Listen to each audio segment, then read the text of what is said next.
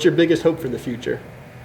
Dying or passing away knowing that I lived life to the fullest. If you had to introduce yourself to the world, what would you say? Hi, my name is Sebian Holiday, and I'm a 16-year-old boy in 10th grade. I have a disease called muscle myopathy, which is a deterioration of muscle. The longer I'm alive, the less muscle I'll have. And as I get older, it'll take away more muscle, which means it's taking away a lot of my strength, which also means that I will lose the ability to do a lot of things. Whatever challenge or situation you're dealing with, you can turn that into a strength and learn from that challenge or situation. Welcome to SBSK. Join me as I travel around the world and interview individuals living with a condition to prove no matter how you communicate or what obstacles you face, you're always deserving of love and acceptance. So without hesitation, let's meet today's friend. Are you always hooked up to an oxygen tank? Yes. Because, without it, I literally can't breathe. And before, maybe a year or so ago, I didn't need oxygen 24/7. I would just need it at night when I sleep. But now it's become a necessity.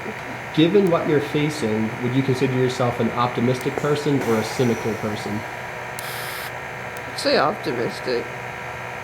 I always try to look at the positive things, and I'm fairly confident that I can figure out a way to turn any negative problem into a positive. What is the positive with your current situation? It makes me stronger because any challenge that you encounter in life can eventually make you stronger, I would say. When somebody sees this video and hears your story for the first time, what do you hope they get out of it? That despite my situation or how negative my life may seem, I am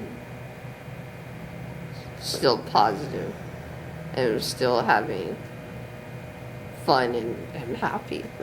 And that if I can do it, a lot of people should be able to do it. Here, I'm just going to turn just a little. Wait, one more time. Okay, and then bring my knee in. And my right elbow out towards the light. Okay. And then pull. Wait, hold my head up really quick. I just have to adjust my hand. Okay. Here. How would you describe your dad to the world? Be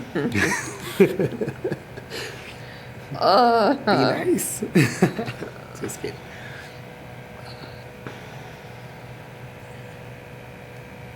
He's supportive for one, and I just don't know how to explain it. I guess he's just there. He'll do anything to support me, and he's very protective, and I guess he's a father. Whatever your definition of a father is, that's what he is. You only have one life, and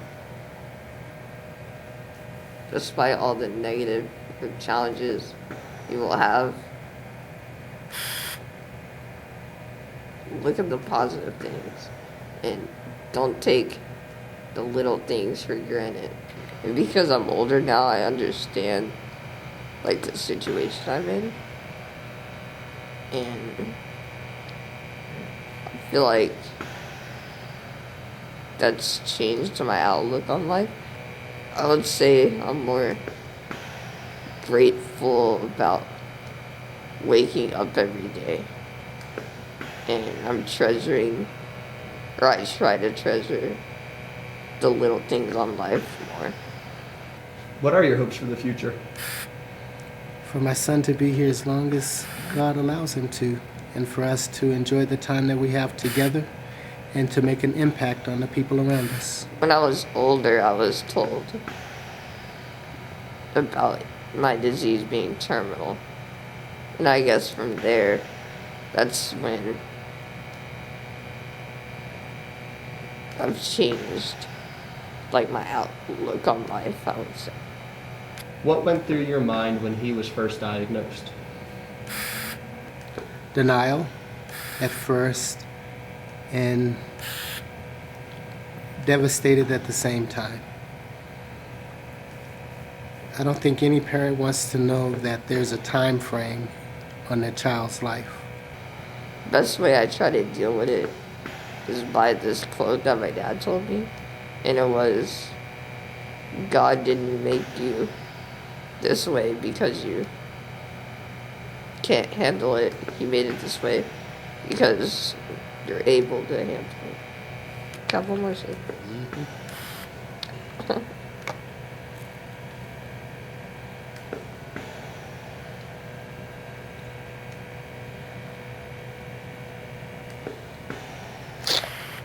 Okay.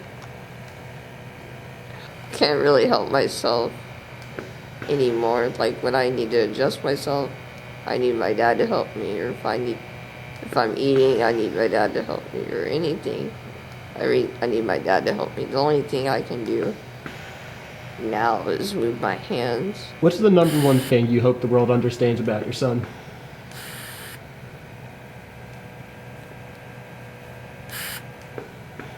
That he's human just like everyone else and has feelings, that he's caring, and that he's like every other teenager that wants to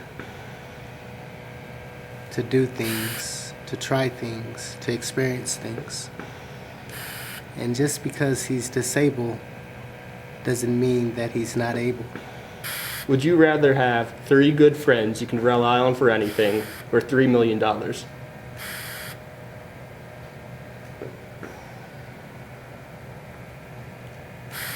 Oh, man. I would say the friends. Why? Because money is important, but it's not everything. And money doesn't last forever. And if they're friends I can rely on, they're probably going to be in my life forever. If somebody meets you for the first time, what do you hope is the first thought they have? Maybe like, what's his name? Or something like that. I guess I hope they don't think like he's weird, or like, why is he, like, what's his problem, or something like that. Because usually, like, when people see me, they stare, which I find very disrespectful. And I would hope that instead of staring, they would just say hi. Before, when people would stare, I would just be so, like, not necessarily depressed, but sometimes it would happen and I would cry. It would be to that point. And I would just be so, like, angry, like the world, I would say. And for a long time, it would frustrate me. And I would hate that I'm like this. And I would hate that I'm, like, different. And even now, I still don't like being different.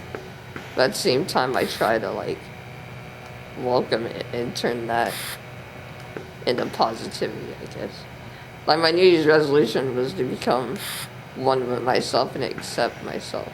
When somebody meets you for the first time, what do you want them to say? Hi. Just them saying hi tells me, like, oh, they're a respectable person, or oh, they understand that I'm just like them, but have disabilities. My son educates me all the time, literally every day, on life. For a young teenager, and me being an old man, so he calls me,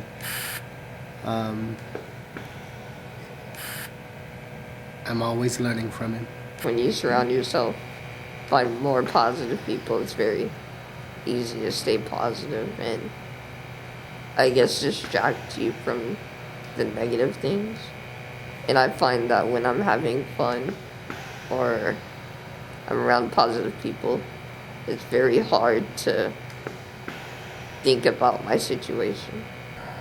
Can you wipe in between my finger so it doesn't get sticky?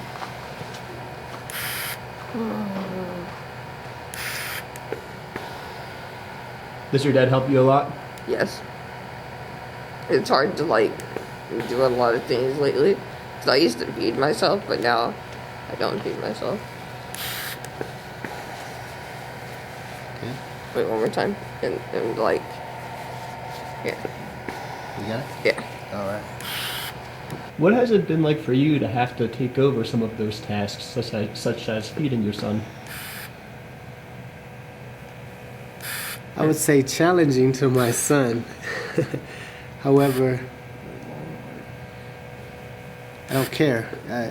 He's my son, and it's things that as a father, you should do. It's only time, and it's all it takes is a little time to be invested, and to show that you're invested, and to show that you care. Last year, I felt like I was at rock bottom. Why?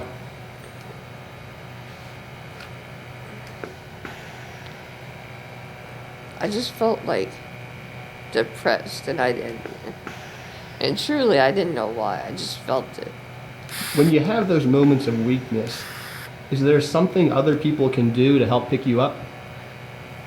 Them being there and understanding that for me, talking about it doesn't help.